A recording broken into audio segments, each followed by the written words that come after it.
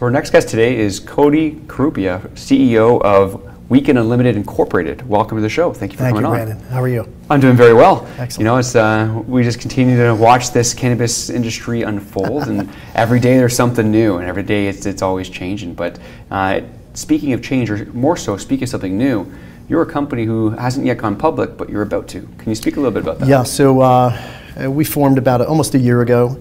We did a capital raise of about 18 million.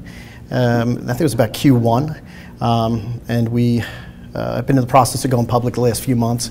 I'm told any day we're going to get the call from the exchange, and then it should be about a week thereafter. Nice. So we're anticipating. And do you have a certain exchange already picked out, obviously? The CSE. CSE, very nice, very nice. And then we'll dual list in the States. Yeah. At the appropriate time. So what are you covering? I mean, there's so many different out there. What differentiates you, and what are you going to be focusing on? I think just early on that compared to the other companies that are doing quite well, I think we have a lot more coming out of the gate than they did.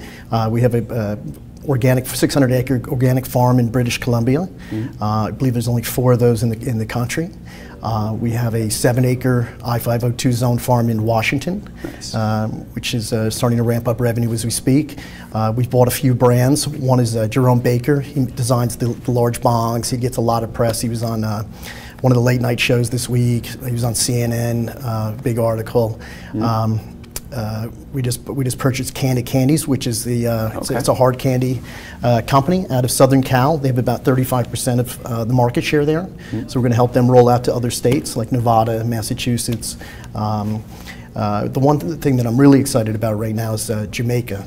We just bought a project down there. We're one of the only 3 Tier 3 licenses, which is the largest one. It's a 90-acre farm, indoor, outdoor grow with a cafe, so tourists can go there and get a medical card, hang out for the day, really have lunch. Yeah. And then we have a 44,000 square foot facility to do extraction and processing. Nice. So I think the tourist revenue model will work pretty well, but the export model from Jamaica is where we're going to be focused, and you know, with the cost of the product, and also I think the whole Jamaican branding will be pretty exciting, and people will follow that. Yeah, and there's 2 points there that actually stand out to me. We'll go one to the other. Start with Jamaica, because you're just talking about that. There really aren't that many companies who are being able to get into Jamaica and get these large farms, get these. Yet you're going to be able to have year-round growing if you're going to be doing outdoor, and that's perfect for extractions, things like that. Exactly. But to get in there, a lot of the times, from what I heard at least, the government is being very strict with who they let in. So getting that's pretty key. Yeah, without going into too much detail, it was we partnered with two brothers that are from Jamaica, live in Canada, and their partner who's a Jamaican citizen resident. So you had to have somebody who was a Jamaican resident on the license. So it was quite difficult, as you said, but we do have one of the 3, and the other 2 are held by two of the larger companies that trade up here. Well, that's very interesting, because it'll be nice being able to grow it for so cheap and still be able to refine it to the standards that we all know, because you're taking it from Canada, States, whatever it be, you have the know-how. You're taking it to somewhere else. Not to say that they don't have the know-how, I'm less knowledgeable over Jamaica, things like that. And that's our plan too. But you have the know-how, and you have the machinery you can get over there. Like you could duplicate what you could do here over there. That's part of our model, is to duplicate, you know, our revenue model in other places, and equipment and expertise, and implementing the capital. Nice. And that's what all these companies, I think, need. Yeah, I mean, and before I go to the second point of Nevada, because I love hearing people in Nevada. It's a great city, or a great state. One thing that's really important is that to note is that I've long said, you know, when we see all these companies that are coming public, and people once asked me, you know, oh, it's too late for them to come in. It's too late. Why is it too late? They've now seen and learned from all the other people, so the Canopies, the Auroras, they've spent millions of dollars, diluted their companies, and they're fantastic companies, don't get me wrong, but they did the digging. Now, if you've got a knowledgeable team who can come in afterwards, where their market cap is way less, they're able to have all these things because they understand the system now, and all these learning curves of what does Health Canada want, or how to get on the CSC, or that's all been paid for. You don't have to do the R&D. That's economics 101. It's actually be quite competitive for people coming in afterwards, because you've seen all of this, and you don't have to pay all the money to do it. Is that No, Brandon, I'm glad you brought that up. I didn't want to say that, but yeah, thank you. Yeah, we learned a lot. We were in 2 other deals that are pretty successful here, Supreme and TGIF.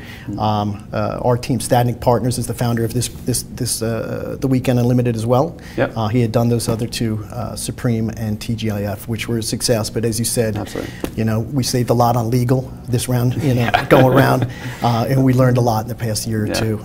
Absolutely. And I've been traveling the past 3 or 4 years throughout the States, Canada, and elsewhere, really learning the business and getting in with the right people. You know, so and that's key. I waded through a lot of characters to get to the point where we have some good assets. I can imagine. Yeah. And then off to the point I was saying before, Nevada.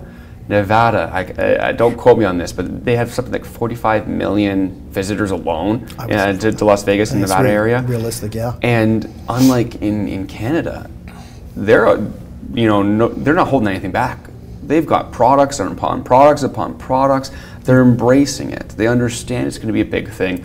Do you find that you're going to be able to have like a lot of edibles and a lot of recreation products, especially more so than what you can do in Canada, at the beginning at least? Absolutely. In Nevada, you're saying? In Nevada, yeah. Yeah. We're going to apply for a license here shortly. We were in the process of purchasing a building that's zoned for cannabis.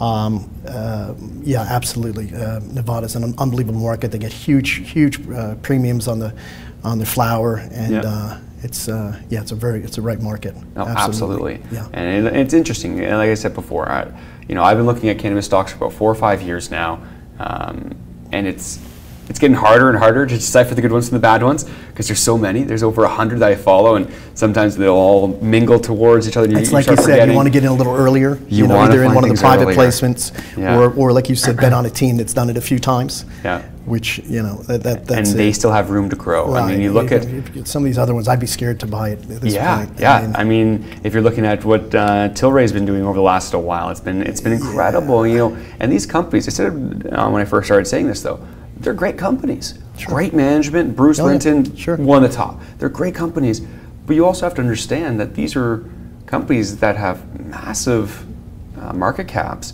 and they're really baking in a lot of success, very little failure, and they have to succeed. And I think the top tier, I think they will succeed. I think they're good. When you start looking at the middle tier who have been around for 2 or 3 years, their market caps have swung the same way, but they didn't really make the same progression. Right. They didn't have a Cam Batley or Terry Booth. They didn't have a Bruce. So they've spent they have hundreds of thousands of shares out. They've got a lot of debt. That's a good point. But they didn't necessarily make those same jumps. So I put people like yourself, personally as an investor, at an advantage towards that, because now you're coming in with most likely a lower market cap. I haven't looked at the structure or anything like that. You're correct. But you like I said earlier, you've done a lot of that learning. You've done a lot. So it's very interesting now because yes, you don't have the first mover like the Auroras have, and they're running with that in certain ways. It costs them a lot to get there, but there's a whole pack of people that I think these newer entrants, if run well, can just leapfrog over them very quickly. Yeah. So it'll be very interesting. Are you going to be? I guess a ticker hasn't been created just yet. The ticker's YOLO, YOLO. You only live once. I'll remember that. Yeah. So we're hoping hopefully by the end of the month. Yeah. You know, we're just waiting for the exchange to call, but everything on our side has been submitted. So. Well, very excited about that. I appreciate you coming on the show. Thank you very much I can imagine when you do start coming in, you do go public. There's lots of publicity there. We'd love to continue to hear your story. We'd love to have you back on. I appreciate you taking the time. Appreciate it very much. Thank you. Absolutely. Thanks, bud.